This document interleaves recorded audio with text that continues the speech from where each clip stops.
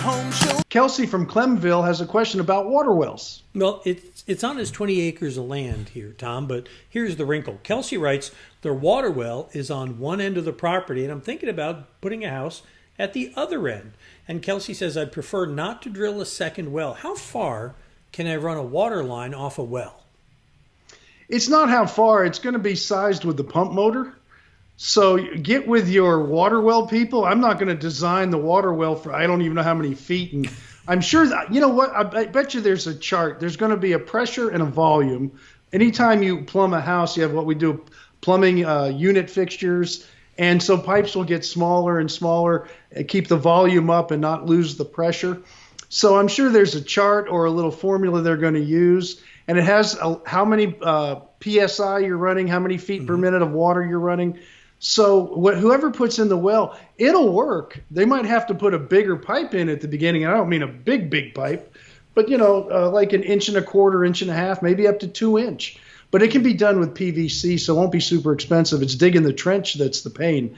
And as far as that goes, just whatever the well people want, or if you want to research it, I'm sure there's a formula. Offhand, I do not know. After it leaves the house, I kind of leave that to the experts when it comes to septic systems and wells. Yeah. These guys will figure it out just like that. It's real simple. Yeah, and now I know on a drain coming in a house, Tom, what do you call it? It has to have a certain fall to it or something. It has to be 1/8 inch per foot. Yes. What about a feed line coming in? Is that as important?